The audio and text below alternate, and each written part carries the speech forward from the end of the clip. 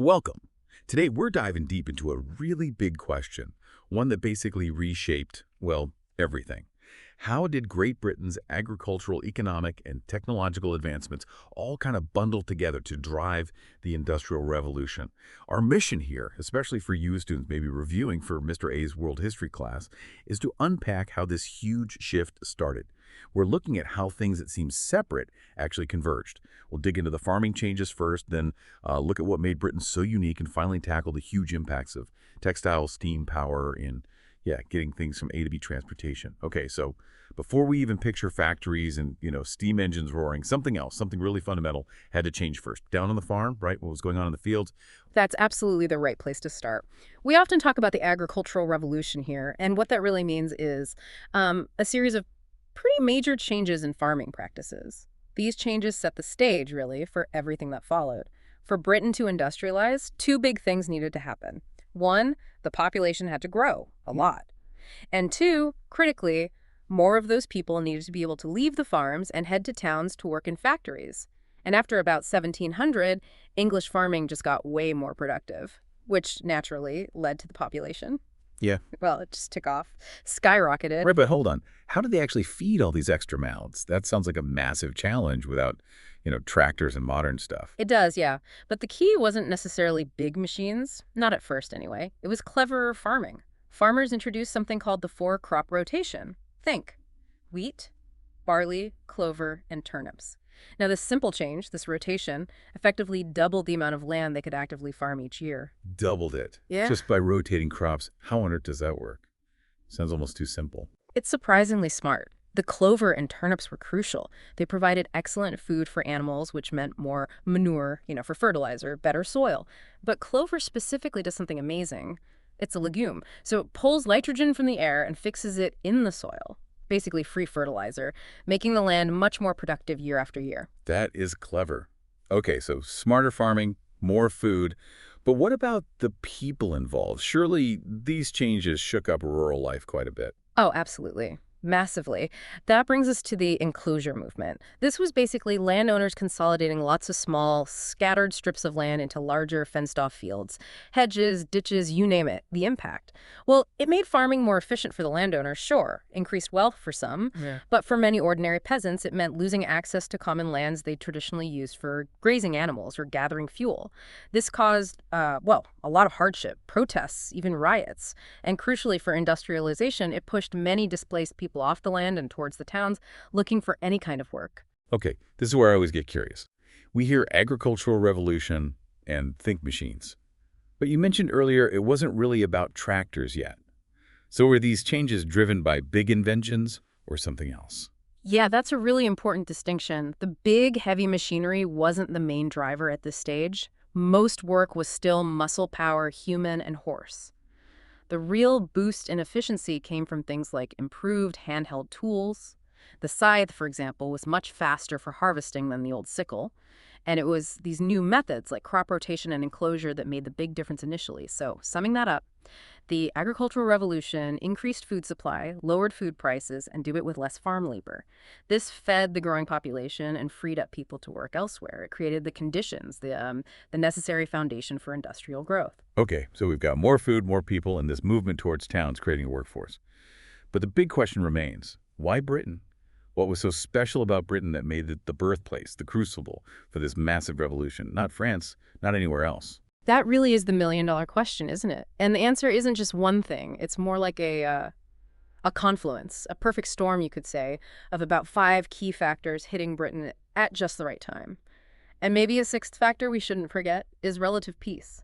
Britain wasn't constantly being torn apart by wars on its own soil like some parts of Europe. That stability matters. That's a great point. The stability allows for investment, for focus. Yeah. Okay, so stability is one. What were the other key ingredients in this perfect storm? Right. So first, as we just discussed, the agricultural revolution. More food, cheaper food, less farm labor needed. That meant families actually had a little extra money to buy manufactured goods. Second, that population growth combined with the enclosure movement pushing people off the land, that created a large, available, and frankly cheap labor supply for new factories. Third, Britain had capital. money. There was wealth available from trade, from agriculture itself, for entrepreneurs to actually invest in new machines, new factories, new ideas, to take risks and chase profits. Okay, so food, labor, money. What else? Fourth, natural resources. Yeah. Hugely important. Britain had rivers, lots of navigable waterways. These were vital early on for water power, yes, but also for transport. Moving heavy stuff like coal or iron was way easier by water than road. And speaking of coal, Britain had tons of it, easily accessible coal. Plus, iron ore. These were the essential raw materials for industrial power. And finally, number 12, markets. Britain had a growing market at home thanks to the population boom and slightly higher incomes. But it also had this huge overseas market thanks to its colonial empire, a ready-made customer base, essentially. So you put all this together, the agriculture, the population shift to capital, the resources like coal and water, the markets, and that underlying stability, and you get this unique foundation. No other country had quite that combination right then. It really paints a picture of everything aligning. See, so the stage is set. People, money, resources, market, stability. Where did the spark actually ignite? Where did they first start applying these new industrial methods? The textile industry, that was the first big one. Before the 1700s, making cloth was mostly done in people's homes, small scale. We call it the cottage industry. You know, a family might have a loom, maybe a spinning wheel. They'd make cloth in their spare time, fitting it around farming. But it was slow, really slow, and totally inefficient. It couldn't keep up as the population grew and demand for cloth increased. It became a real bottleneck. Right, the old way just wasn't cutting it. So how did they break that bottleneck? What were the key inventions that started to ramp things up? Well, it was kind of a chain reaction of innovation, solving one problem only to create another. First, weaving was too slow. So in 1733, John Kay invents the flying shuttle.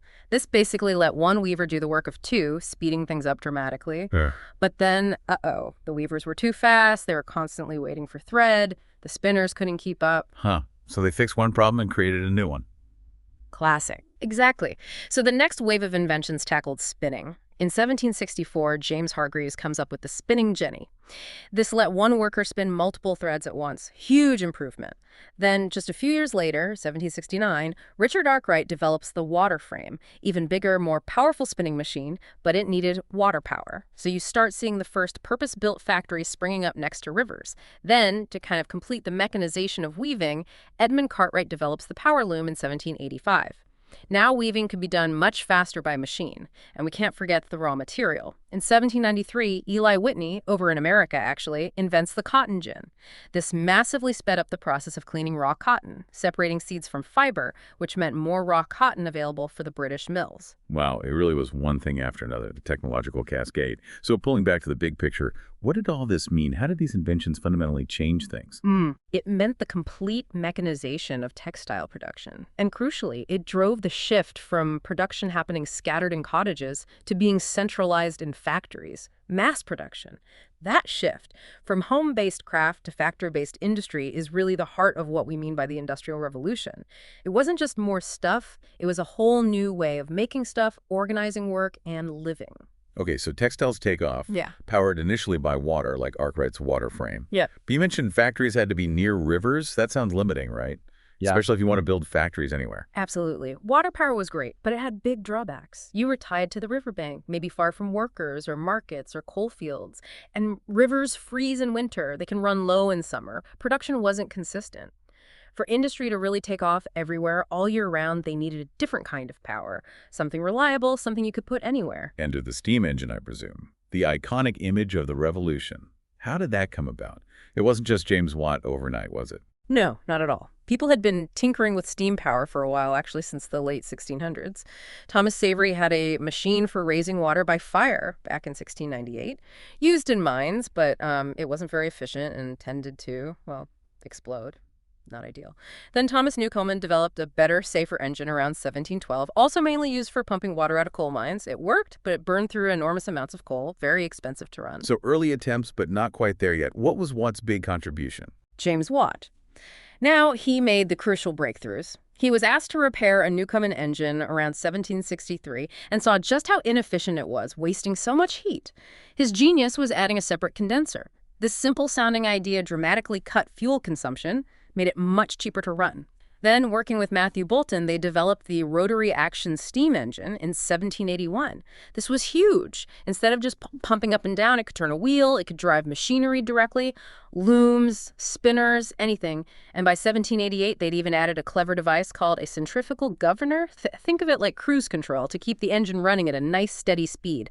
Perfect for factories. Okay, so now we have a reliable, versatile power source you could theoretically put anywhere. What kind of ripple effects did that have? How did it change industry? The effects were profound, though maybe not instantaneous everywhere. Textiles, for instance, were a bit slow to switch at first. They'd already invested heavily in water power.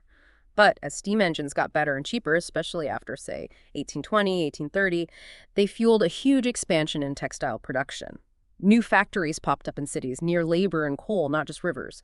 Where steam had an immediate and massive impact was coal and iron. It was a kind of feedback loop. Steam engines needed coal.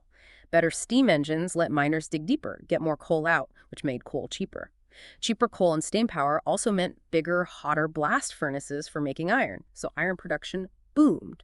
And better quality iron, in turn, meant you could build more precise, more powerful steam engines. See the cycle. Yeah, that's a powerful synergy between coal, iron, and steam. Yeah. But you mentioned it wasn't necessarily an overnight takeover. How central was the steam engine initially? That's a nuanced point historians make. It's easy to overstate its initial impact. A lot of early industrial growth actually happened before steam was widespread, relying on water power or just scaled-up manual labor. And steam engines were expensive. They really only made sense for larger operations at first, so the adoption was gradual. However, there's no denying it was one of the absolute key technologies. Especially as it improved after 1830 or so, it really powered the next phase of the revolution, allowing for that truly massive scale-up in industry, particularly heavy industry. It fundamentally changed the game in terms of power and location. Okay, so factories are churning out goods thanks to new machines and, increasingly, steam power. Raw materials like coal and iron are being extracted like never before. But how did they move all this stuff? Getting bulky things like coal or iron around on 18th century roads sounds like a nightmare. It absolutely was. You hit on a major challenge. Think about moving tons and tons of coal or iron ore. The roads were terrible, muddy tracks, basically. A horse and cart could only carry a tiny amount. It was slow, expensive, and just couldn't handle the volume industry needed. So what was the solution? Before railways, I mean. Canals. That was the first big answer. Essentially man-made rivers. They dug these channels, filled them with water deep enough for barges, and a single barge, pulled by a horse walking alongside on the towpath, could carry maybe 30, even 40 tons. Way, way more than carts. It was a revolutionary leap in transport efficiency for heavy goods. 40 tons. Okay, I can see how that would make a difference. Can you give an example of the kind of impact these canals had? Sure. The famous Bridgewater Canal, finished in 1761. It was built specifically to bring coal from a mine right into the heart of Manchester. Its effect was immediate and dramatic. The price of coal in Manchester dropped by 50%. Suddenly, fuel was much cheaper for industries and homes. This success kicked off a period called Canal Mania in the 1790s, where everyone was investing in building canals. Makes sense. But canals aren't perfect either, are they? What were the downsides? You're right. They had drawbacks. They could freeze solid in winter, stopping everything. They could run low on water in dry summers. And building them was complex. You needed locks to go uphill. Plus, different companies built canals to different widths and depths, so sometimes barges couldn't transfer easily between systems. Kind of like having different railway gauges today. Ah, okay. So limitations remained, which naturally leads us to railroads. Exactly. Railroads were the next massive step. Now, they didn't come out of nowhere. There were early versions, horse-drawn carts on wooden or iron rails, mostly used at mines to haul coal short distances, starting way back, even around 1801. But the real game changer, the thing that created the railway system we think of, was putting the steam engine on the rails, combining steam power with iron tracks. Right, the steam engine finds its perfect partner. Precisely. The landmark moment was the opening of the Liverpool to Manchester Railway in 1830. This was the first major railway designed from the start for steam locomotives, carrying both goods and passengers between two major cities. It was hugely influential. It kind of set the template for how to build and manage railways. And interestingly, they discovered passenger travel was surprisingly profitable, more so than freight initially. That is interesting. So what was the overall impact of the railways? They seem like such a huge leap forward. Oh, immense. Transformative. Railways could move goods much faster and more reliably than canals year-round. This meant perishable things, like fresh milk or fish, could suddenly be transported long distances to cities, improving people's diets. They created vast numbers of jobs building the tracks, driving the trains, working in stations. They spurred massive demand for iron and coal. Socially, they standardized time across the country suddenly. Local times didn't work when you had train schedules. They allowed people to live further from work, leading to the growth of suburbs. And they sped up communication mail, newspapers, people breaking down regional isolation like never before. So they really did shrink the country and change daily life. Absolutely. Now, it's important to remember, like steam power, railways didn't cause the initial industrialization. They came a bit later, really taking off after 1830. Industry was already established. But they allowed the revolution to continue and accelerate. They provided further stimulus, connected everything up, and fundamentally changed how people and goods moved. They were crucial for scaling up the revolution. Okay, so let's try and pull all these threads together now to bring it all home for everyone listening, especially those students thinking about that central question. Yeah. How did all these factors, agricultural, economic, technological, collectively drive the Industrial Revolution in Britain? Right. It really was a collective effort, wasn't it? No single cause. First, you have the agricultural revolution fundamentally changing the landscape, literally and figuratively. More food, cheaper food, fewer farmers needed. That creates both the sustenance for a growing population and the available workforce. And Britain itself was kind of uniquely primed for it all. Exactly. That unique mix we talked about. Relative political stability, the growing population, the available capital for investment, those crucial natural resources like coal and waterways close at hand, and those ready markets both at home and across the empire. It was fertile ground. Then came the technology. Then the tech explosion, yeah. Starting in textiles, you get these key inventions, flying shuttle, spinning jenny, water frame, power loom that just smash the old cottage industry bottleneck and enable mass production in factories. But that production needed reliable power. Which leads us right back to the steam engine. Precisely. James Watt's improved steam engine, though maybe adopted gradually, eventually provides that go-anywhere, work-anytime power source. It fuels the factories, helps dig out more coal, powers better iron furnaces, that whole feedback loop. And finally, you need to connect it all up. Yes. The transportation revolution. First, canals, making it feasible to move heavy goods in bulk. Then railways, supercharging the whole system, moving goods, raw materials, and people faster and further than ever thought possible, knitting the industrial economy together. So it's really clear. Not one magic bullet. It was this incredible, tangled web farming, changing the right economic and resource conditions in Britain, then these waves of technology and textiles, power and transport all interacting and reinforcing each other. That's what transformed Britain and then the world. Exactly. It's a prime example of how history isn't usually about one single cause, but about the complex interplay of many different forces all coming together. Looking back at all these pieces, what stands out most to you about how they all interconnected? What's the big takeaway? That's a good question. Maybe it prompts a question for you, the listener, to think about. As you study history or even look at big changes happening today, how often is it really down to just one factor? Or is it almost always this complex mix, this interplay we've been talking about? Recognizing that complexity, how might that change how we understand not just the past, but maybe even the challenges and changes we face right now? That is definitely something deep to chew on. Understanding these roots really helps grasp the enormous changes that spread out from Britain. Keep exploring, keep asking questions. Thanks for diving deep with us today.